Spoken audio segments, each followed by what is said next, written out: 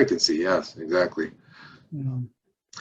So we're just about to get going here, everyone. Just going to be saying hello to some folks as we're joining us. So see, we got Brandis, we got Doug, we have Eric, Judith, Christy, Rob, Mr. McIsaac, I hope you're well. Shafraz, we have Taryn, Tasha.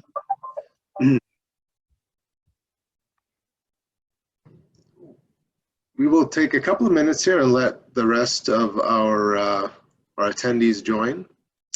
My name is Ule. I'm going to be moderating and introducing everybody. So I think we have just a couple of more minutes here.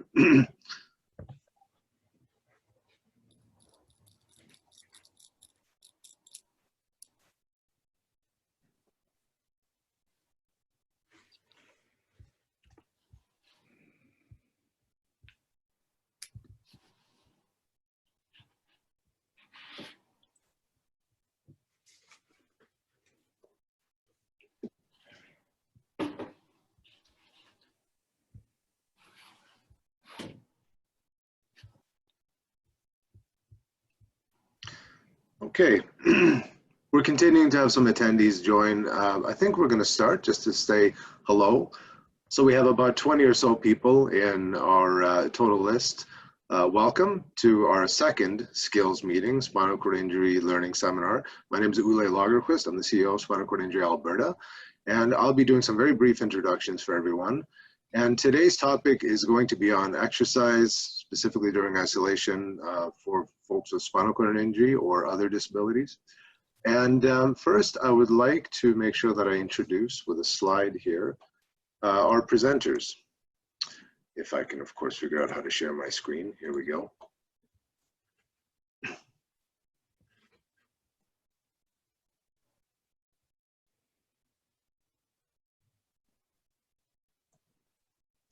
So we're going to have three presenters today. Our first is going to be Dr. Adalberto Loyola Sanchez. He goes by Beto, which I'm very thankful for. I can say Dr. Beto or Beto instead of that long name. Great to have you here, Beto. Beto is an assistant professor at the University of Alberta in the Division of Physical Medicine Rehabilitation, Department of Medicine. He works as a physiatrist out of the Glenrose and has a specific expertise and interest in the spinal cord injury. Our next presenter is Alex Hepworth, and Alex has a Bachelor of Kinesiology, and he is a clinical exercise physiologist. He is one of our staff members in Spinal Cord Injury Alberta. He works in the Calgary Fitness Facility, and he has many years experience now working specifically with patients who have spinal cord injury, functional electrical stimulation, and he'll be talking today about exercise and prescription. Also, we have Lorna Shannon. Lorna has her Bachelor of Physical Education, also a clinical exercise physiologist certified. She also works with Alex. They tag team the Fitness Facility Center in Calgary, and together they've been running that facility for the past few years. A couple of things to mention for everyone before we get going, and I hand it over to Beto. There is a question and answer box in the bottom of your screen, and Beto and I will be looking at that quite closely during the presentation. We encourage everyone to ask questions. We encourage everyone as well, if you have topics that come up, because we're going to be doing this every 2 weeks for the next several months. We encourage you to ask those questions or suggest topics. Beto and I will keep an eye on this. And we're going to have 3 breaks in between where we will sort of, pause after Alex's presentation, after Lorna's presentation, and ask if there are specific questions from the audience. And then we'll have Alex and Lorna and potentially Beto, if it has a real clinical nature, answer those questions live. Other than that, I think I will turn over the mic to Beto and get out of sharing my screen now. Beto, the floor is yours. Thanks, Oli, and hi, everyone. I'm really excited of talking about this today, so let me just share my screen quickly. I just click share, and then I go to,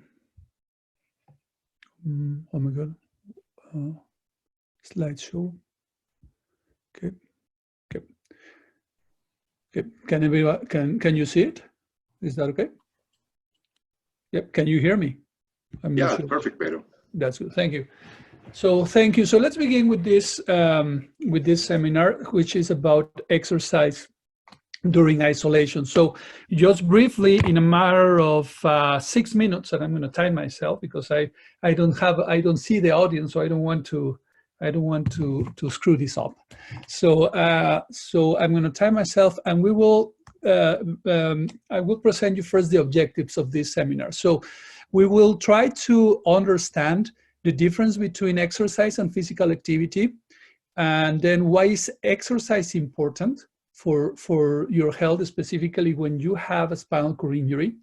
And also, and this is the meat of this, and the most exciting part is to demonstrate a home exercise program that is directed to eliminate some of the barriers that you are facing right now during these social isolation times. And this will include alternatives for equipment, and specific tips on flexibility, muscle strength, and fitness exercises. So I'm really, really excited to hear Alex and Lorna to talk about this. So first, let me start by asking all of the attendees to this webinar to please just close your eyes and reflect about this question. So specifically for people who have a spinal cord injury, close your eyes and ask this question to yourself. What is the risk that I have of having a heart attack just because I have a spinal cord injury? And if you know the answer, please you're welcome to share it through the chat here, or if you don't want to share, that's okay. But here it goes. So as you know, when a person has a spinal cord injury, there are a lot of changes that happen in their bodies, right? And some of these changes are directly associated with having a higher risk of having problems in the heart, or even having problems in the brain, such as a stroke or something like that. That's what we call a cardiovascular problem or cardiovascular disease. So in fact, we know that people with a spinal cord injury has 10 times more chance to get a heart attack or a stroke than people without a spinal cord. So that's really huge. So just think about that. And then the second one is that people with spinal cord injury, they have are 2 times more likely to present diabetes, which you know it's a devastating problem as we grow old, and again it's higher in the population with spinal cord injury. So these two things are kind of like important for us to disseminate, because this at the end of the day becomes kind of the #1 cause of dying through in the population of spinal cord injury. Now, so what am I scaring you, right? It's not because I'm a sadist. It's because I am. Is because there is a solution, or there is a way that we can reduce these risks of having a heart attack, and this is through exercise. So I just want to take a moment to reflect on the difference between physical activity and exercise. So physical activity is any movement carried out by our muscles. So any movement within a space, that's physical activity. But exercise is a type or a subtype of physical activity that has a plan, right? It's planned, it's a structure, and it's based on the repetition of specific movements with the purpose of creating a change within the body, right? And that change is what we want to take advantage of. So that change in terms of reducing the risk of having a heart attack or a stroke is what we can do by doing a specific exercise. Of course, being physically active in general is good, but in order to get the benefits of this physical activity, we need to do exercise. So why is it important? What do we know about exercising? Well, what we know is that in general, and this is based on research studies, is that for people with a spinal cord injury, doing exercise will improve endurance, so less fatigue, better wheelchair mobility, easier transfers. It will decrease the amount of fats that you have in your blood, so that decreases the risk of having a heart attack. It will improve the glucose regulation in your blood as well. It is also associated with less pain and spasticity. And of course, it is also associated with better mental health. That's specifically for depression and anxiety. Now, in terms of social isolation during this COVID-19 pandemic, we know that doing exercise will help to reduce the muscle mass loss, because if we just stay without moving, we will lose muscle mass by the minute, right? It will prevent cognitive decline. So people that are like just not doing anything are more prone to decline in their cognition, their memory, their attention, etc. It prevents depression, and it will preserve your immune response. So very important. So that this is a theory, but we have some observations going on now from the experience in China, and apparently there could be a link at this moment between being physically active and doing exercise and get less risk of getting the virus. And if we get the virus, we'll get less risk of being complicated by the virus. So this is an important piece that we need to consider. So my last slide. So how, right? So I already told you this. So this is an introduction for what is coming, but there has been a good effort like that to bring together all the information that we have, kind of like in a simplified recipe. And this is what it is, right? This is from the Canadian Spinal Cord Injury Physical Activity Guidelines from 2019.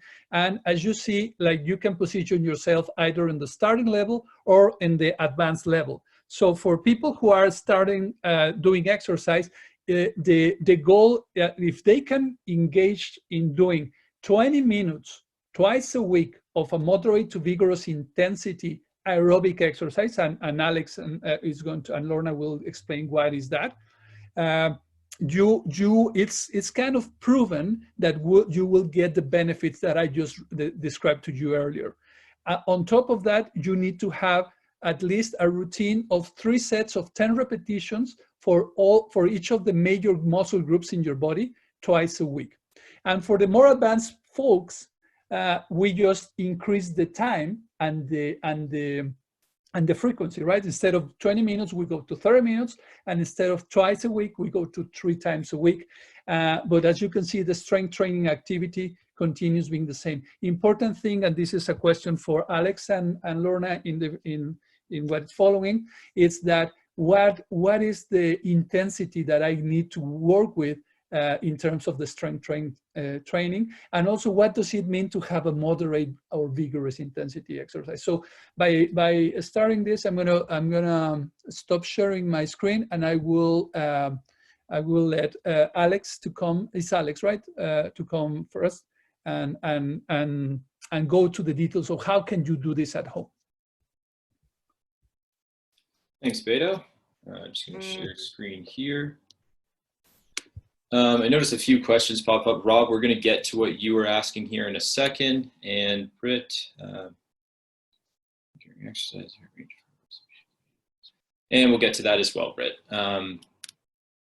Just going to start sharing the video here.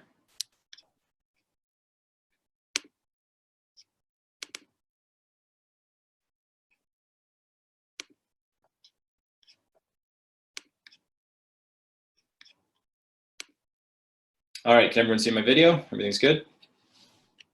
Okay. Okay, so before the video starts, guys, we're just gonna go through a few things. Again, I know Willie introduced me. I'm Alex Hepworth. I'm a clinical exercise physiologist. I work at the Spinal Cord Injury Alberta Fitness Center in Calgary. Again, just gonna go over a few things. So first of all, just to start, exercise is great for everyone. Okay, that being said, if you have any other issues beyond your spinal cord injury, such as, heart conditions, a pre-existing injury, or any other serious medical condition, we do recommend that you contact a healthcare practitioner or your physician before getting started on an exercise program, just in case it can cause any issues. If you have a higher level injury and your respiratory system is affected, Dr. Rickman Eisenstadt and respiratory therapists strongly suggest going through your breathing exercises before starting your warm-up. Just because of our condensed time frame here, we're not going to go through these breathing exercises today, but we will have videos posted to our social media afterwards, YouTube links in terms of what those breathing exercises are, how to do them, the technique involved, etc. Okay, on top of that, to briefly cover nutrition and hydration, when we're exercising, we want to try to eat 1 to 2 hours before exercising while trying to avoid fatty foods and foods that make you feel uncomfortable. For some people, that's dairy products, very salty foods, foods that may be very high in fiber, anything that could really affect your digestive system while you're working out. We want to drink water before, during, and after exercising. For anything, less than an hour and a half, Gatorade and juice isn't needed. We're kind of just consuming extra calories at that point because our sugars won't deplete in that time frame that we need the Gatorade to really help us out. You're really just taking in more sugar than your body needs to get through the workout. After your workout, try and have some carbs and protein to help your body recover. Fat immediately after your workout, not saying avoid fat completely, but high amounts of fat immediately after your workout, again, can affect the digestive system and make you feel a little uneasy afterwards. And try to consume that within, an hour if possible. The sooner the better, basically. Okay, so now we're going to start out with our upper body mobility video and warm up. Okay, so we're going to start with mobility, followed by a cardio. As previously mentioned, we want to build up to 20 to 30 minutes of moderate to vigorous activity, 2 to 3 times a week. Again, we want to build up to that. So if you're not used to exercising, you could start with 5, 10 minutes, whatever it is, each session, and then add a couple minutes each week. Touching on what Beto was saying earlier, moderate to vigorous activity, a very easy way to look at this is the talk test. So if you're having issues producing a full sentence like that, then you're working hard enough that your body is requiring oxygen, okay? So if it is tough to have a conversation, you're working at a moderate to vigorous activity level, all right? Okay, so as we start our exercise, I wanna make sure everyone is aware that these videos will be posted to social media with more description and technique cues, not necessarily me talking in the background. So don't worry if you don't completely understand the exercise the first time you see it. We'll have more cues afterwards. So here we're starting with shoulder circles going backwards. I want you to think of trying to draw a big circle with your hand. And this is to warm up our shoulders. If you have any issues with balance on your chair throughout these exercises, you can hold on to the wheel of the opposite side of the arm you're stretching out. If that doesn't work, we'll be going through equipment later that makes this more feasible for you. Remember, the idea of these exercises is to warm up our body, our joints, and increase our heart rate before we get into exercising. Okay, now we're going to go through same one going forward here.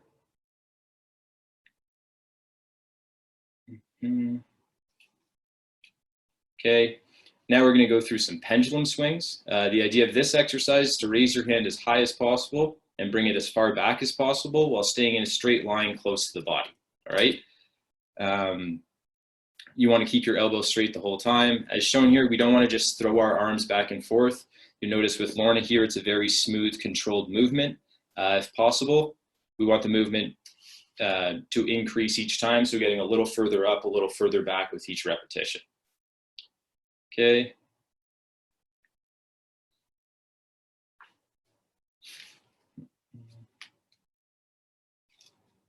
Okay, finishing with the pendulum swings, we're going to move on to sideways arm swings. Same idea, we're going to try and keep our arms in a straight line. If possible, bringing our hand over our head, okay? Again, we want a smooth, controlled movement throughout these exercises, so don't rush to get through them. A proper warm-up should be at least 5 minutes long. You'll notice our video is only about 3.5 minutes. Again, we've condensed the video just for this webinar. We'll be posting more warm-up exercises in social media as we go. For now, if you want to go through with this, just think about doing more repetitions. Okay, now we're going to be doing some arm swings to open up the chest. We want our arms straight at the elbow with our hands at shoulder height. If you have any issues with balance, again, look at doing one arm at a time so you can hold onto the wheel with one side, and just open up one. Okay, same idea for the push-pulls here. If you're worried about falling out of your chair, just do one arm at a time, okay? Same idea, takes a little bit longer. If you can do 2 arms at once, great. We want our arms right by our sides, bringing the elbows back as far as possible, squeezing the shoulder blades together, and then reaching out as far as possible, okay? And lastly here, we're gonna do some wrist rolls both ways, okay? And once we're completed these wrist rolls, our body should be warmed up and ready to exercise. We've finished off our 5, 10-minute warm-up, whatever it is, and now our heart rate's up, our joints are prepared, and we're ready for exercise. Just one thing briefly before we get into the next video and get into questions, I just want to touch on cardio. Again, it's a fairly brief webinar we're dealing with, so it's very hard to cover everything at once, which is why, you know, we keep telling you we will have a lot more posted to our social media. For cardio, you know, for now, just think of cardio as anything that raises your heart rate and your breathing rate, like we were talking before with the talking test. So again, we want something structured, but that could just be wheeling around the neighborhood. Okay, that could just mean working a little harder, so that you feel that like little bit uncomfortable. You know, you're getting a sweat on, and again, you can feel yourself requiring that oxygen, so you're breathing very heavily. Okay. Other things, arm cycling, even sports that gets your heart rate up, or just going through our strength training video at a faster pace with less rest time and less weight. Okay, so we're going to take a minute here, just go through the questions that came up. Okay.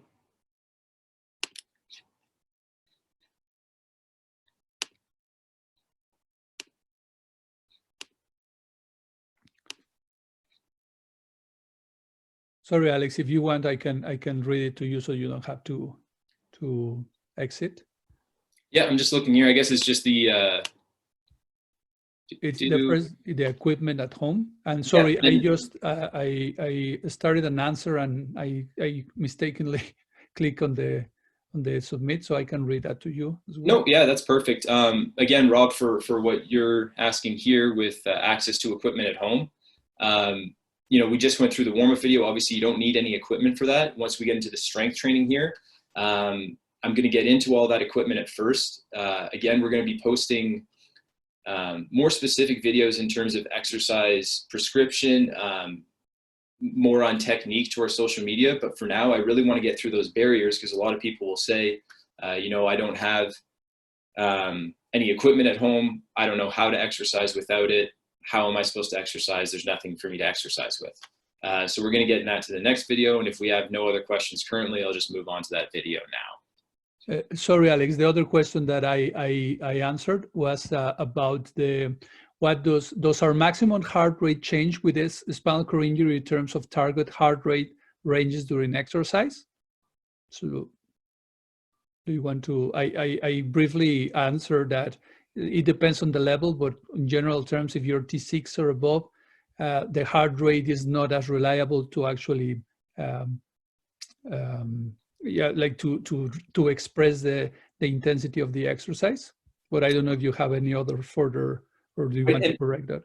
Yeah. And again, I find the easiest way, I mean, heart rate is very accurate in terms of, you know, having an idea of how hard you're working. That being said, obviously that is affected through a spinal cord injury, and that's why I find the easiest way. One, we don't all have heart rate monitors. You know, Fitbits, anything like that isn't necessarily the most accurate anyways. So again, if we're looking at that breathing, all right, if it's hard to breathe, okay, and our body is requiring more oxygen, we're working at a hard enough rate that our body will make changes, and that's the goal of exercise, right? Here. Okay, and if that's it for that, I'll move on to the strength video. Sorry, I will behave. No, thank you for answering that.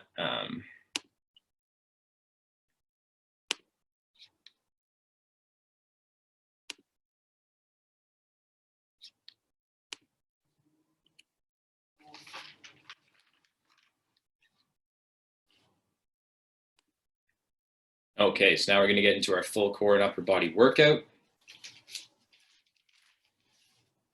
All right, so before we get into those, again, Rob, let's get into the equipment that we can use. So first off, for resistance bands, we'll need an anchor, okay?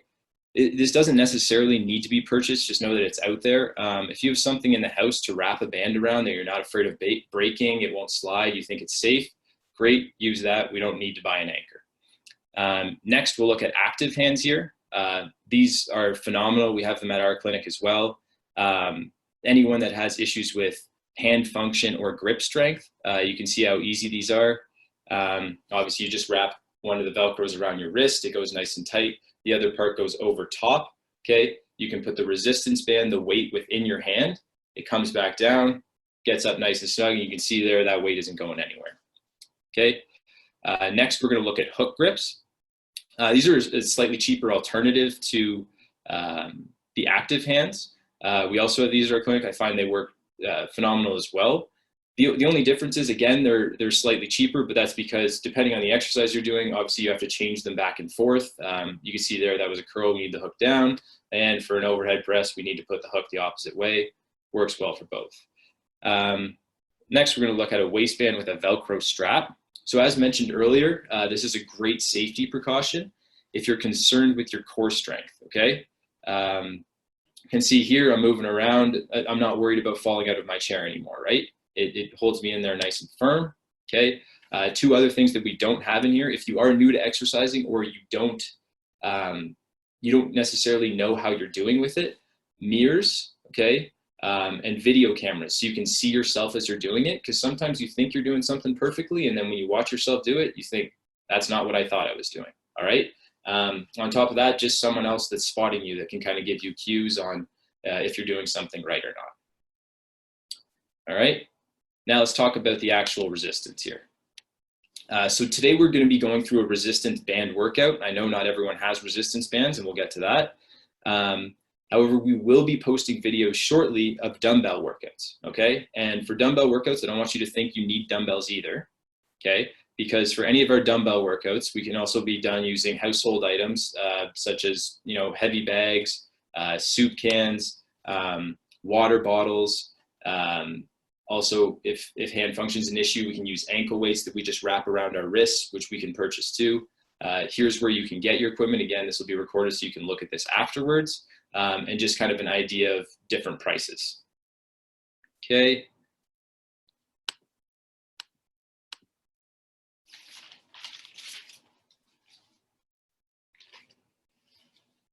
Okay, and last thing before we start our workout, I'm going to post the spinal cord injury guidelines here again.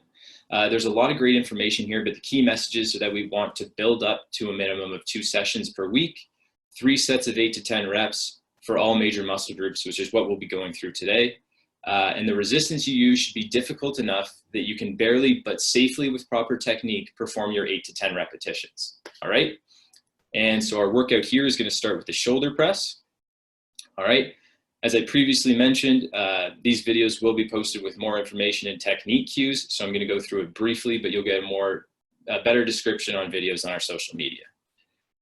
You can see here, all right, nothing in my core is moving. My head is nice and straight. I'm going to lower my hand just above my shoulder and straight up, so my elbow is almost locked out, all right? You can see that my hand is directly over my elbow, basically. And it's a tight enough resistance that I can feel the resistance right at the start. All right, another thing here, as mentioned within the SCI guidelines, is we want 1 to 2 minutes of rest between sets. Okay, next here we'll be going through rows, working our back muscles. In terms of technique here, again, we don't want any of the core moving. You'll notice that my shoulder, I'm not reaching out, okay? Your shoulder stays in place as well. And you're gonna pull back your elbow as far as you can. Okay, you're gonna hold for a second there, and then you're gonna reach out again as far as your hand can go without pulling your shoulder forward, all right? You'll notice in here, I'm not using any of the grips that we talked about, but you can, imagine here, if you used your active hands, if you use your hook grips, these would all work perfectly, okay? All right, and now we're gonna move on to the chest press. As you'll see with this, it's a very similar movement to the row. We've got the band anchored to the opposite side. So instead of a pull movement, we're looking at a push movement here. you might realize these two exercises would be very different with dumbbells. Obviously, if we're pushing up with a dumbbell, there would be a lot of strain on the shoulder because of gravity pushing down. You know, that's why we will be posting videos within the next day or two on dumbbell and, you know, home equipment workouts. Okay. Again, same idea here. Shoulder stays in place, elbow slides by your side, and you're extending your hand as far as possible without reaching forward with your shoulder there. Another thing for the chest press here is we could just wrap the band around our chair, do both arms at the same time. Okay. Okay, now we're going to be moving on to our core exercises. All right, and with our core exercise, we're going to start here with the seated crunch. You'll notice in my starting position, I've slid my butt down a little bit on the chair, so it creates a little bit of an angle. I'm going to use my abdominal muscles to pull myself up. All right, stop when I'm upright, and then lower myself down as slowly as possible, which is just as important as coming up. You don't want to just drop and let yourself fall back, okay? You can see my back remains straight. I'm not using my head for momentum to pick myself up and bring myself back down, okay? And again, this isn't the easiest exercise, so if you find it difficult, you can hold your arms out, all right? Or decrease the angle at which you're sitting on. We'll be posting multiple versions of this exercise to work your core. So if this is too difficult, too easy for you, there will be alternatives out there.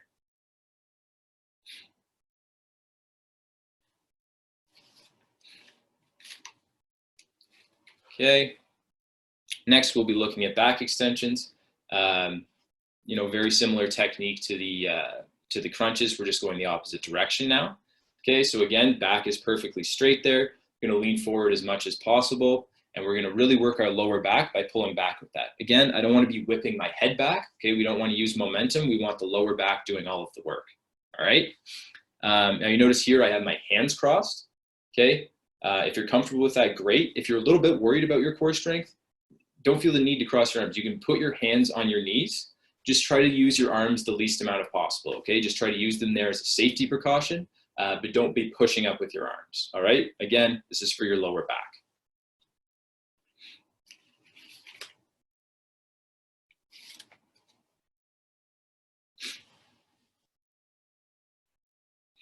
Okay.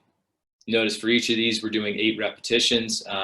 Some of them, if it's 1 or 2, we're only doing one side, such as the obliques here. Obviously, we'd be doing both sides in a workout. Okay, so this is our last core exercise. We're going to be doing side to sides.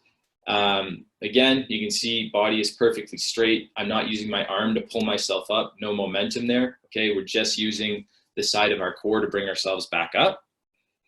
One thing here is a safety precaution. Again, if you're worried about your core strength, we can keep, if I'm going this way, okay, we can keep the opposite hand just over the tire. So if you are worried about going too far, you can grab onto that and pull yourself back up, all right?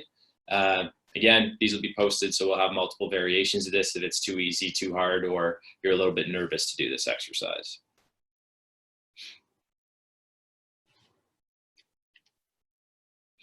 Okay, and lastly here, we're gonna get into the arm exercises. So everyone's favorite bicep curl. You know, pretty easy technique to this guy. Again, the shoulder is staying back. We don't want it coming forward or anything. You'll notice I moved a bit to the side of the chair. That's just so I could, my hand won't be hitting the wheel on the way up. Other than that, my elbow is tight to my side, okay? And the only other difference is I'm gonna do a bit of a scoop movement, okay? So I'm in a neutral position, and then as I come up, my palm will be facing up, all right? And lastly, we've got our tricep extensions here. You know, again, similar movement to the bicep curl here. We're gonna lean forward. You can see where I'm holding the band. My arm is at about a 90-degree angle. Again, shoulder is tight, back is straight, head is straight with my back. And all you're gonna do is pull so you're extending your elbow, so your arm is nice and straight, and then coming back up, all right? Remember, when we're doing these, we want resistance throughout the whole movement, okay? So right when you grab the band, there should be a little bit of resistance. Obviously, you'll feel more the more you pull it, but there should be a little bit of resistance right at the start. All right, and now we're complete. You know, we've done the guidelines at this point. Once we've done that on both sides, that's a full body workout. We've done all the major muscle groups. We do that twice a week, and we've met the Canadian guidelines. Okay. Okay, so I'm going to stop sharing here. And we've got time for some questions.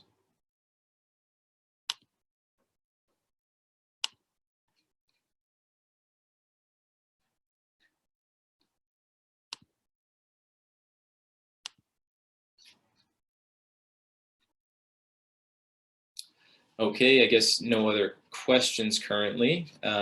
Yes, there are, sorry. Yeah, so one is two from Brandis, actually. So what are you anchoring the van on? Is it attached to the wheelchair? Yeah, and that's something, again, we're going to go through with videos more specifically. It's hard to get all that through in 8 repetitions. Kind of depends on what you're doing exactly. You can see for some of those, that's why I recommended having the anchor. Don't necessarily need that. All you need to know is, if you're doing a row and you're pulling something backwards, that band should be anchored to something right in front of you. Again, that can be, we obviously have fitness equipment within the clinic I was using, but that can just be the leg to a heavy table.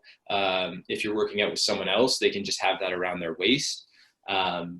We'll explain that more in depth with certain exercises. Again, if you're doing a chest press, if you want to use both your hands, you just have to wrap that band around your chair. And now all of a sudden it's right behind your back and you're able to do that proper movement. Yeah. And the second comment from Brandis is also a recommendation. Can there be posted videos with adaptations for quadriplegics with limited core strength and balance? Yes, and absolutely. And that's what we were kind of getting to is that's why we have the active hands. That's why we have the hook grips. We've got those for if you're using resistance bands. Again, we don't need those, right? If we've got, when we're posting our dumbbell workouts, anything you do with dumbbells, you can also do with ankle weights if your hand function isn't great, or you just don't have great grip strength. And then with those, we can just wrap the ankle weights around our wrists and do the exact same workout as the dumbbell workouts we're going to be posting.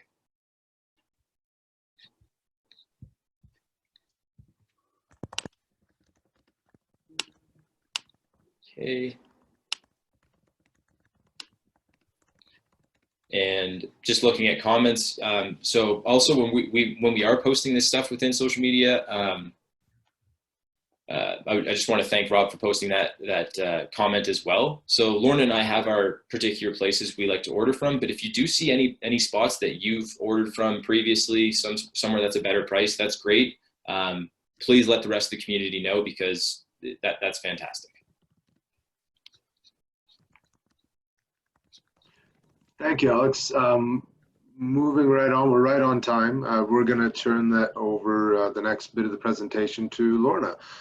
Lorna, it's all yours. Hi, as introduced, I'm Lorna. I work as a clinical exercise physiologist as well at Spinal Cord Injury in Calgary. And my presentation that I'm going to share with you is the stretches.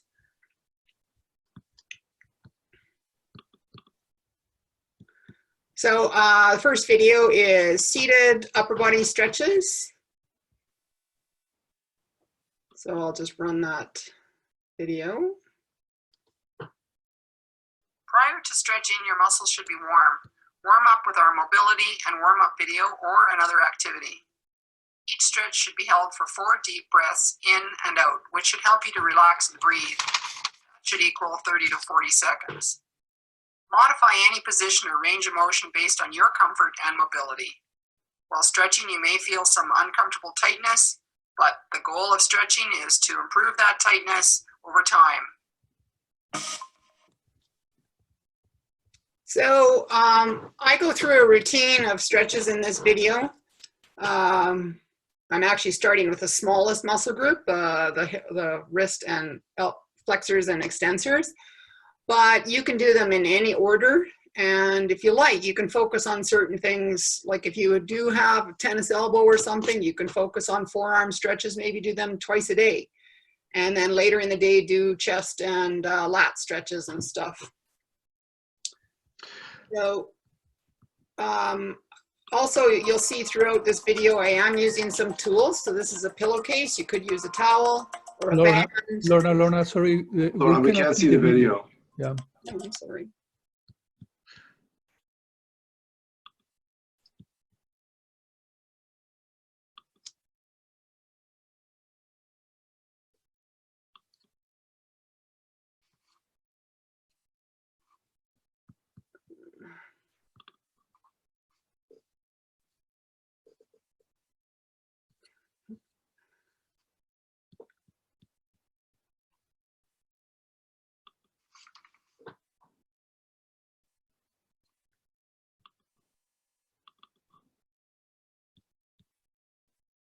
Perfect.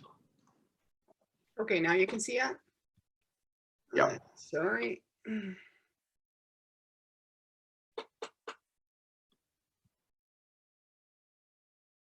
any position or range of motion based on your comfort and mobility. While stretching, you may feel some uncomfortable tightness, but the goal of stretching is to improve that tightness over time. So as I said, I'm starting with the forearm flexors, but they can be done in any order.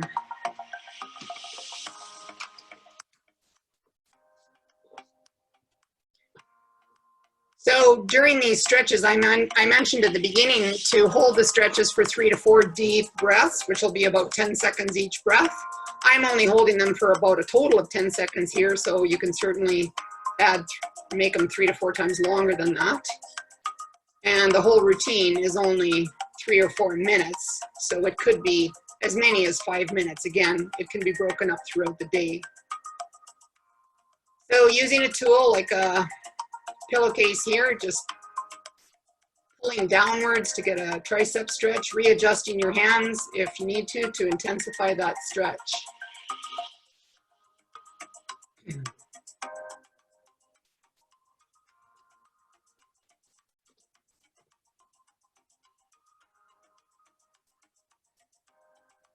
Lat stretch is the next one I'm going through here, and you could do it with bent elbows if you like, depending upon your flexibility, or straight elbows. Again, whatever position you can get into that doesn't cause you any pain. Stretching shouldn't be painful. You may feel some tightness, which is good. If it's terribly uncomfortable, just modify your position or shorten the time you're spending on those stretches. For this chest stretch, it's important that you put your thumbs up. Thumbs up will ensure that you're keeping your shoulders externally rotated, and that'll give you a better stretch to the front of the shoulder and the chest.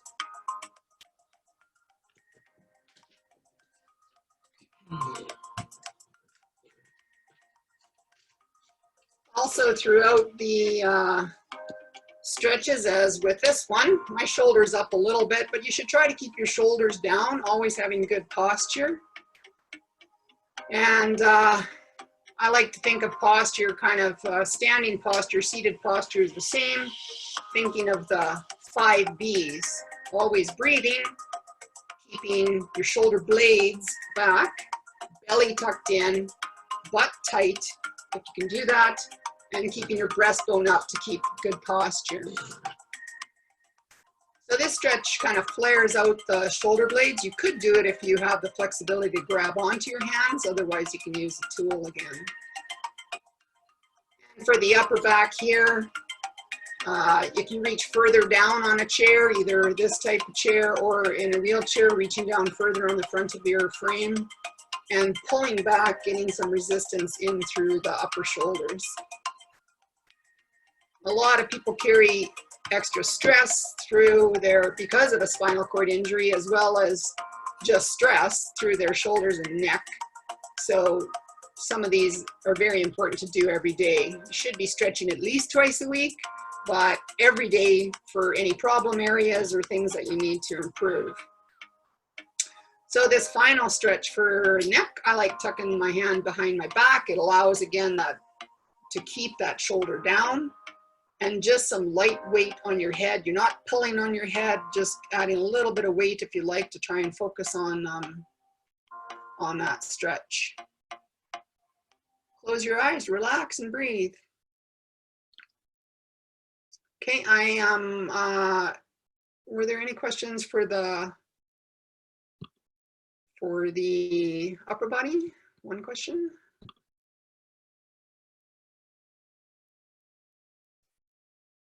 Is there TheraBand available? Oh, are you talking about, that must be about the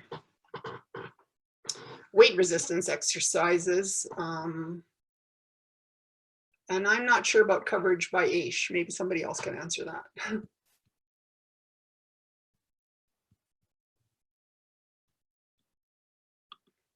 Okay, I'm going to move on to the second stretch group, which is the lower body.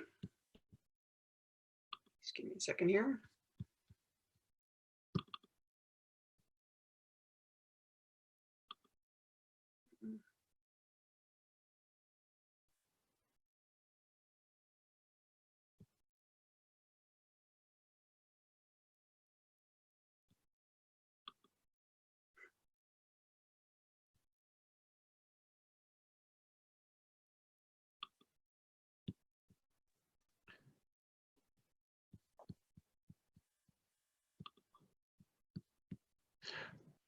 Lorna, while you're getting that ready, perhaps to get to Edgar's question, which is there a TheraBand available for this program, and is it covered by AISH or anyone else if we choose to participate?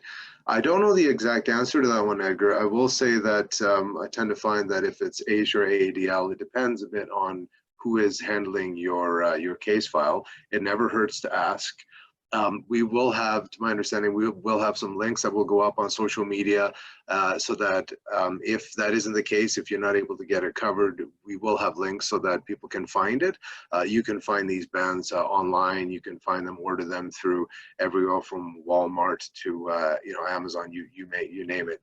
So, but if anyone else has any, if anyone of our attendees has an answer, I'm curious about that question, whether anyone has successfully gotten exercise equipment through AISH or AADL before, because I'm not actually sure if that's happened.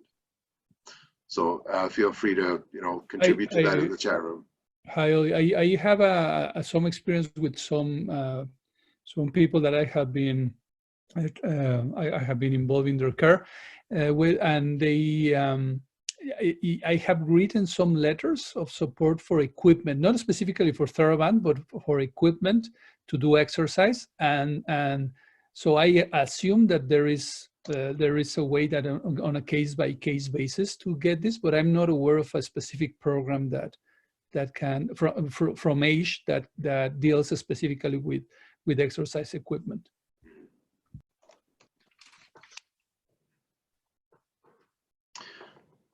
Okay, all right. Ready to go here? Go ahead, Lorna. Okay, let me know if you can't see this.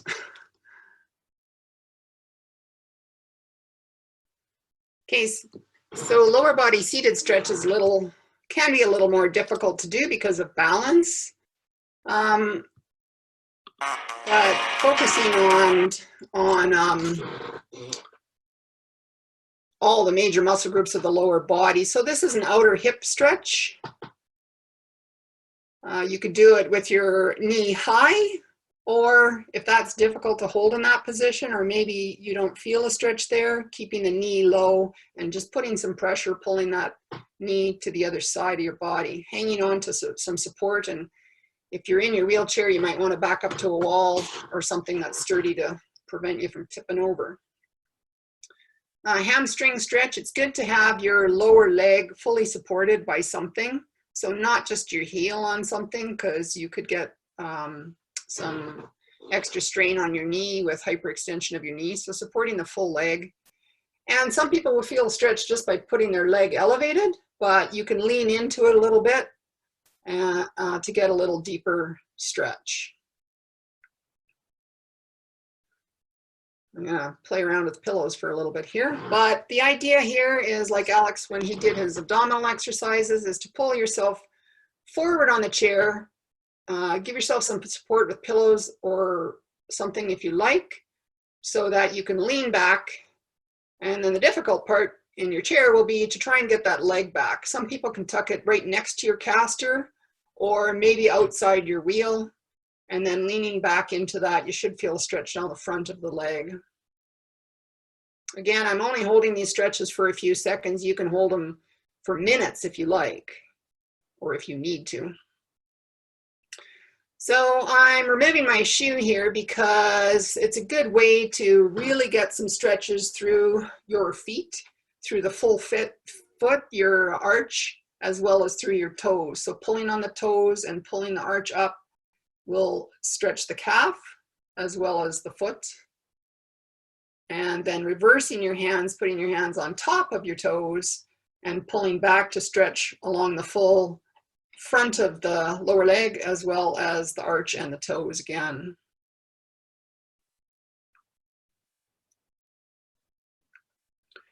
And so adding to that is this inner thigh stretch.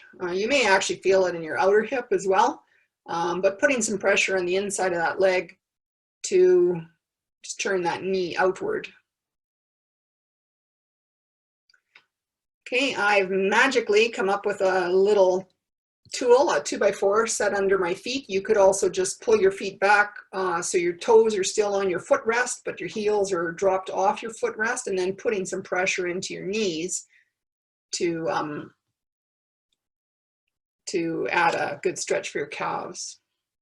Spinal twist, pull yourself around, grab onto your chair and actually pull yourself into a bit of a twist. Start out really slowly, getting to a point where you can still feel comfortable and feel some resistance. This is a great stretch to do lying down if you can. If you can lie on your tummy, that's a ab stretch in itself, but seated, just leaning back again, making sure that you're balanced in your chair and it's not going to tip out on you. And then the final one, similar to the oblique exercises that we were doing in the strength exercise, this is just bending to the side and stretching through the side torso.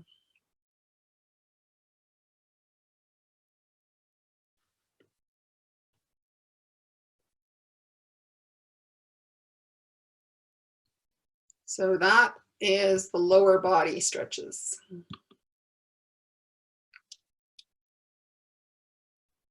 No questions, pretty straightforward.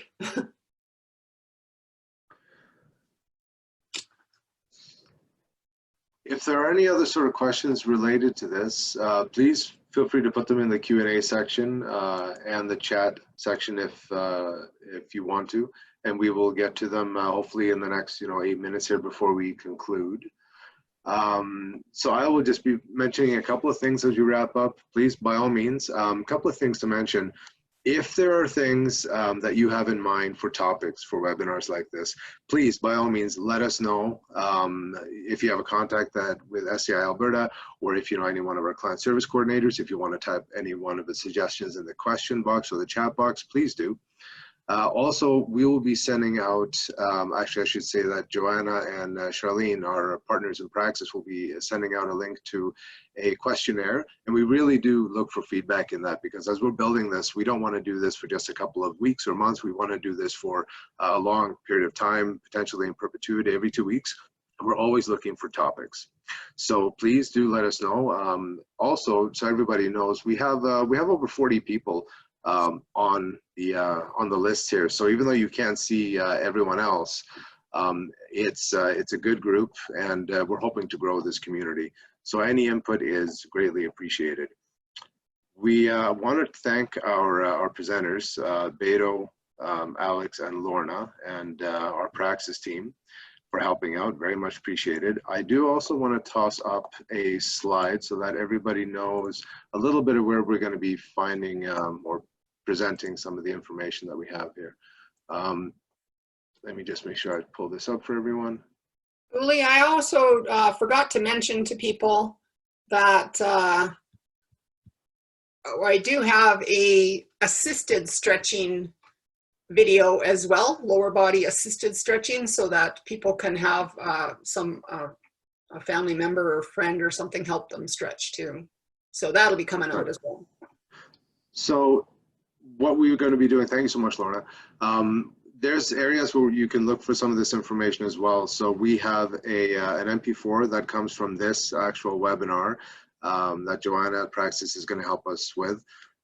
Praxis has very kindly offered us this platform to help with the Zoom to use for this. Thank you. So our Spinal Cord Injury Alberta Facebook, our Instagram, our Twitter account, look there for information on where to access some of these videos, to access the links. If you have specific questions, by all means, reach out to Alex and Lorna directly. They're comfortable providing their email, and they're on the slide right here at the bottom. And that pretty much concludes everything that we have today. Just keep an eye out for when you log into these webinars, you provide, if you're comfortable providing your email, it really assists us, because then we have ways of finding you to be able to send you information directly and also get feedback from you. So we're doing okay for time. I am going to ask now if there are any remaining questions. Oh, look at that, some chat questions. I don't see any questions specifically. So Beto, Lorna, Alex, Alicia, Steve, Joanna, Charlene, and Praxis. Is there anything I've forgotten? Because I forget things all the time. Anything to conclude, Beto? Not from my end. I think I just want to thank Alex and Lorna to present this, and just to stress the importance of engaging on this on regular exercise, again reflecting on that high risk that people with a spinal cord injury has to have a cardiovascular event. I think that's a huge thing. And now in terms of social isolation, is not only to prevent like a further problem in the future, but also to address a very present problem, which is deconditioning, loss of muscle strength, and loss of even cognitive function just by being isolated. Thank you, Beto. Thank you, everyone. Yeah, Lorna.